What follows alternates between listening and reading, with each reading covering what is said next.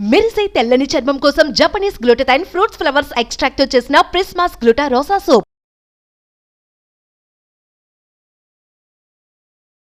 నమస్తే, నేను మీ జాహ్నవి. ఒకప్పుడు మనిషి ఆయుష్ ఎంత అంటే 100 ఏళ్ళు అనేవారు. ఇప్పుడు 60 ఏళ్ళు 70 ఏళ్ళు అది కూడా బ్రతకడం కష్టమే అన్నట్టుగా అయిపోయింది. కానీ 60-70 ఏళ్ళు కాదు, మనిషి వయసు 120 ఏళ్ళు. ఇది 120 ఏళ్ళు ఆరోగ్యంగా బ్రతకొచ్చు అని ఎక్కడో లండన్లో వేరే ఇతర కంట్రీల్లో మనం చూసి వాళ్ళు అన్ని ఇయర్స్ బ్రతికారు, ఇన్ని ఇయర్స్ బ్రతికారు అని చెప్పుకుంటున్నాం కదా. కాదు, మన ఇండియాలో, మన భారతదేశంలో ప్రస్తుతం మన దగ్గర ఉన్న వ్యక్తి వయస్సు 110 సంవత్సరాలు. మనందరికీ సుపరిచితులు సదానంద గిరి స్వామీజీ ప్రస్తుతం మనతో ఉన్నారు. మరి ఖచ్చితంగా ఆయన ఆరోగ్యంగా ఆనందంగా జీవిస్తున్నటువంటి ఆ ఆరోగ్య రహస్యాలు మనకు అందించడం కోసం ఈరోజు మన ముందు ఉన్నారు. సో మనం గురూజీ దగ్గరికి వచ్చేసాము. ఖచ్చితంగా మనందరి కోసం 100 ఏళ్ళ రహస్యాల్ని గురుగారు మాటలు అడిగి తెలుసుకుందాం. నమస్కారం గురూజీ. గురూజీ, ఆరోగ్య రహస్యాలు ఎంతో చక్కగా వివరిస్తున్నారు. అయితే అందులో భాగంగా ఇవాళ రేపు కామన్గా జనాల్లో నరాల వీక్నెస్, అసలు ఏ చిన్న పిల్లల దగ్గర నుంచి దాదాపుగా నరాల వీక్నెస్తో చాలామంది బాధపడుతున్నారు. ఒకప్పుడు ఇలా ఉండేదా? అసలు నరాల వీక్నెస్కి కారణాలు ఏంటి? ఆహార నియమాలు ఎలా తీసుకోవాలంటారు? ప్రధాన కారణము ఈ ఎరువులు వాడటం.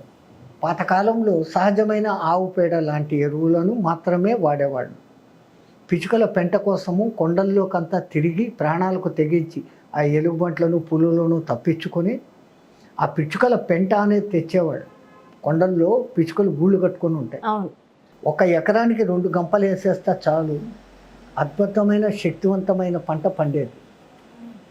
ఇప్పుడు అప్పుడంతా 1 ఎకరానికి 10 పుట్లు ఏదో అది లెక్కలు ఉన్నాయి, నాకు ఆ లెక్కలు అయితే తెలియదు.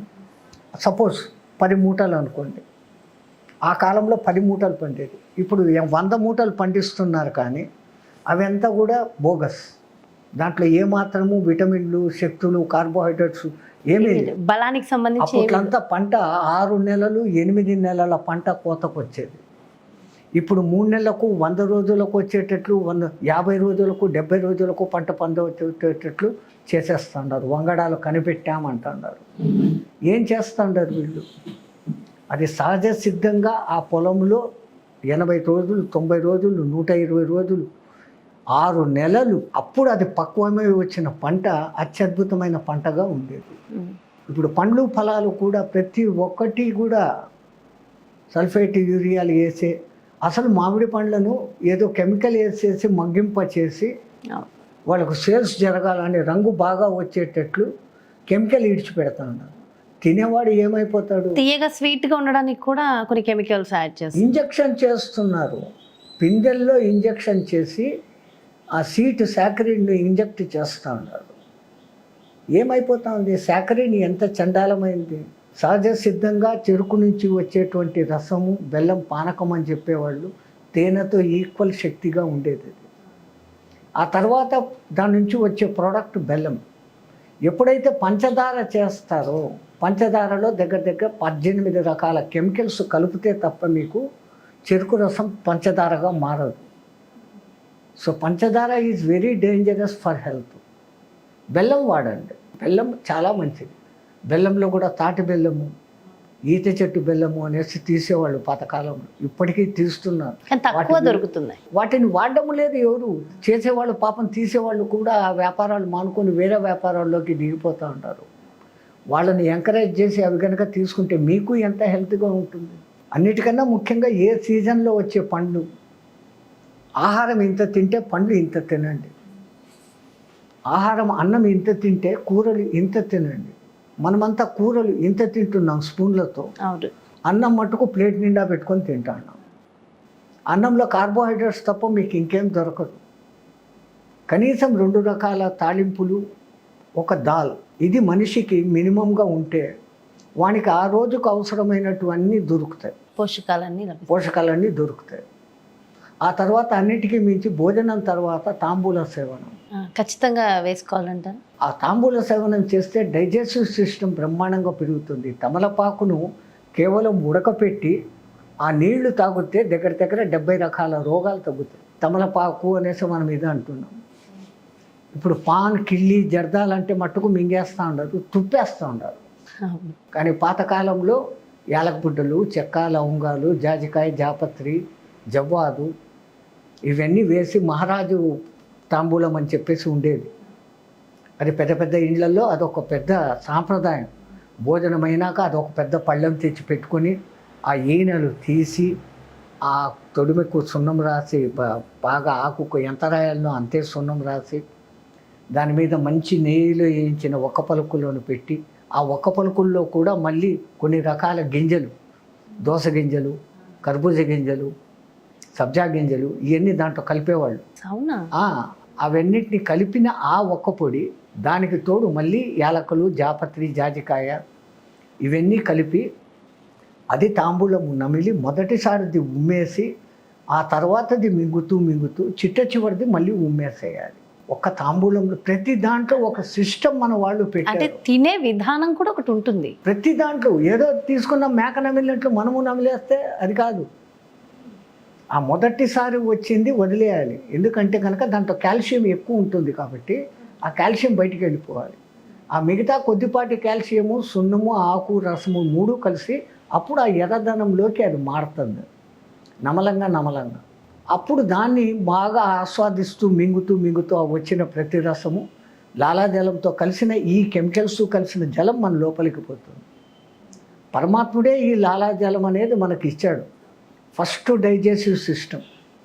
ఒక ఆహారం నములుతున్నాము అంటే లాలాజలం దాంతో కలుస్తుంది. మళ్ళా జఠర రసం కలుస్తుంది. ఆ తర్వాత పిత్తరసము, క్లోమరసము, పైత్యరసము అనే మూడు ప్రధానమైన వాత, పిత్త, కపాలు అంటారు. మానవుడికి ఈ మూడు ముఖ్యమైనటువంటివి. వీటిలో ఏమాత్రం ఏది కొంచెం డైవర్షన్ తగ్గిపోయినా మిగతా వాటికి ఎఫెక్ట్ వచ్చి జబ్బులు వస్తాయి. వాత రోగాలు, పిత్త రోగాలు, కఫ రోగాలు అనేసి మూడు ఉంటాయి. కఫం అంటే దగ్గు, గళ్ళ అంటారు. వాతము అంటే కనుక కీళ్ళ వాపులు రావటాలు మొదలైనవి జరుగుతుంటాయి. పిత్తం అంటే కనుక వాంతులు వచ్చినప్పుడు విపరీతమైనటువంటి పుల్లటి స్మెల్లు, బ్యాడ్ స్మెల్ రావటము, మోషన్స్ సరిగ్గా రాకపోవటము లాంటి క్రియలు జరుగుతాయి. సో వీడు తినేది ఒక సిస్టమ్ ప్రకారం తిన్న తర్వాత 6 గంటల వరకు మరీ మధ్యలో ఏమీ వేయకుండా ఆ మిషన్కు రెస్ట్ ఇస్తూ దాన్ని పనిచేపిస్తూ ఉంటే వాటర్ మాత్రం తీసుకోవచ్చు కదా. వాటరు 5 లీటర్లు ఎటువంటి పరిస్థితుల్లోనూ తాగాల. వేసవి కాలంలో ఇంకో లీటర్ ఎక్కువ తాగినా తప్పు లేదు. చాలామంది మాతలకు మోకాళ్ళు నొప్పులు వచ్చేదానికి ప్రధాన కారణము నీళ్లు తాగితే మూత్రానికి వెళ్ళవలసి వస్తుందే అని వాళ్ళు కొంచెం శంకించి, ఈ మగాళ్ళలాగా వాళ్ళు ఎక్కడ బయటికి పోలేరు. వాళ్ళకు ప్రైవసీ కావాలి. ప్రైవసీ ఉండదు. బలవంతంగా ఆపుకుంటారు. ఆ యూరినరీ బ్లాడర్ నిండిన తర్వాత అది పక్కన ఉన్నటువంటి అవయవాలను ప్రెస్ చేస్తుంది, ప్రెషర్ ఇస్తుంది. అవి పై ప్రెషర్కు. So there starts the disease. So వచ్చినాయి సహజంగా వచ్చేటివి. వాటిని విసర్జించాల్సిందే ఎక్కడో ఒక చోట. ఓ 10 మినిట్స్ నిలబెట్టుకున్నాం ఓకే. గంటల తడబడి ఆపుకుంటే ఫస్ట్ వచ్చేది మోకాళ్ళ దగ్గర లోపల ఉన్న ఆ కార్టిజ్ను అది కొరికేస్తుంది. బ్లడ్లో కలుస్తుంది. ఆ బ్లడ్లో కలిసినప్పుడు అది అక్కడ పోయి ముందు తినేది కార్టిజ్ను దెబ్బతీస్తుంది. అందుకే చాలామందికి ఈ కాలంలో చిన్న వాళ్ళకు కూడా మోకాళ్ళ నొప్పులు, కాళ్ళ నొప్పులు. అవును, టీనేజర్స్కి కూడా 16-17 సంవత్సరాల పిల్లలకు కూడా మోకాళ్ళ నొప్పులు. 6-7 ఏళ్ల పిల్లలకు ఇంతింతలా కంటద్దాలు. అసలు అయితే అది ఇంకొక టాపిక్ మాట్లాడుకోవాలి గురించి, దాని గురించి కూడా. అండ్ అంటే మోకాళ్ళ నొప్పులకి, నరాల వీక్నెస్కి, వీటన్నిటికీ రీజన్స్ కూడా ఇవే ఉంటాయంటారా? రెమెడీస్ ఉన్నాయి. ఇప్పుడు మీకు మోకాళ్ళ నొప్పులు ఎక్కువ ఉన్నాయి. నూనె పదార్థాలు బాగున్నటువంటి వస్తువులు, నువ్వులు, కొబ్బరి, వీటిని ఎక్కువ వాడుతూ ఉంటే, డైరెక్ట్గా తింటూ ఉంటే కూడా అది సహజ సిద్ధమైన ఆయిల్ లోపలికి చేరుతుంది. బయట మిషన్లలో తీసి తయారు చేసిన ఆయిల్ వాడటం వేరే. అదంతకది దాంట్లో ఉన్నటువంటి సహజ సిద్ధమైన స్థితిలో వాటిని తీసుకోవడం. నువ్వులను ఆడిచ్చి నూనె తీసుకొని నువ్వుల నూనె మేము ఇంత వేసి వాడుతున్నాము అంటే ప్రయోజనం లేదు. నువ్వులను తినండి. అట్లాగనే కొబ్బరి నూనె, వేరుశనగ పల్లీలు, వాటి నుంచి నూనెలు తీస్తున్నారు. ఇంతకుముందు కుసుమ నూనె అనేది ఒకటి ఉండేది, నెయ్యితో ఈక్వల్గా ఉండేది. ఇప్పుడు అసలు కుసుమల పంటే లేదు. కుసుమలు అసలు వినను కూడా వినలేదు. ఆ పేరు కూడా మీరు విని ఉండదు. తెల్లగా సబ్జా గింజల్లా, అది సబ్బు బియ్యము గింజల్లాగా ఉంటాయి అవి. వాటి నుంచి వచ్చే నూనె నెయ్యితో ఈక్వల్ అది. ఆవు నెయ్యితో ఈక్వల్, మామూలు నెయ్యి కాదు. మామూలు నెయ్యిలో మీకు కొవ్వులు ఎక్కువ. ఆవు నెయ్యిలో కొవ్వులను కరిగించే కొవ్వులు ఉంటాయి. అందుకే ఆవును అంత ప్రశస్తంగా మనం చూస్తాం.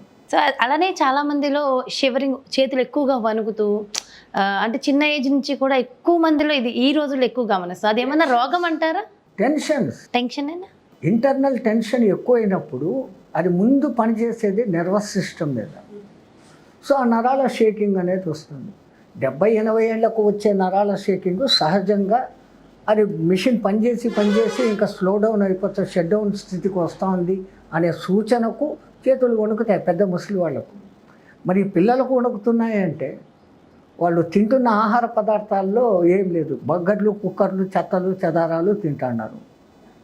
అవి తింటే ఏమొస్తాయి? దాంట్లో ఏముంది? తినాల్సిన ఫుడ్ పాతకాలంలో రాగి సంగటి అని చేసేవాడు, రాగి జావా అని చేసేవాడు. అది ఎంత కష్టపడి ముందు రాగులను ఒక దినమంతా నీళ్ళలో నానబెట్టి మూట కట్టి పెట్టి వాటికి మొలకలు వచ్చినాక వాటిని ఆరేసి ఆరిన తర్వాత వాటిని వేయించి అప్పుడు ఇసురాయిలో పెట్టి పిండి చేసి ఆ పిండితో చేసే జావా అంత శక్తివంతంగా ఉంటుంది. ఇప్పుడు ఏం చేస్తున్నారు? డైరెక్ట్గా రాగులను మిషన్లో ఆడిచ్చేస్తున్నారు, మిషన్లో ఆడిస్తున్నారు. సగం పవర్ అక్కడే ఆ హీట్ కొట్టేస్తుంది, క్రషర్ హీట్. ఇక్కడ రాయి పవర్ కూడా కలుస్తుంది. రాయి రాపిడితో ఆ రాళ్ల పౌడర్ కూడా శక్తి కూడా వస్తుంది, ఆ రాతి బలం చేరుతుంది. ఆ మిషన్లు ఇనుప చక్రాల మధ్య నలిగి బయటకు వస్తుంది పొడి వేడిగా. ఇక్కడ వేడి ఎక్కడ ఉంటుంది? చల్లగా ఉంటుంది. పట్టుకొని చూడండి, అప్పుడే రిసోరాయిలో పిండిని పట్టుకొని చూడండి, చల్లగా ఉంటుంది.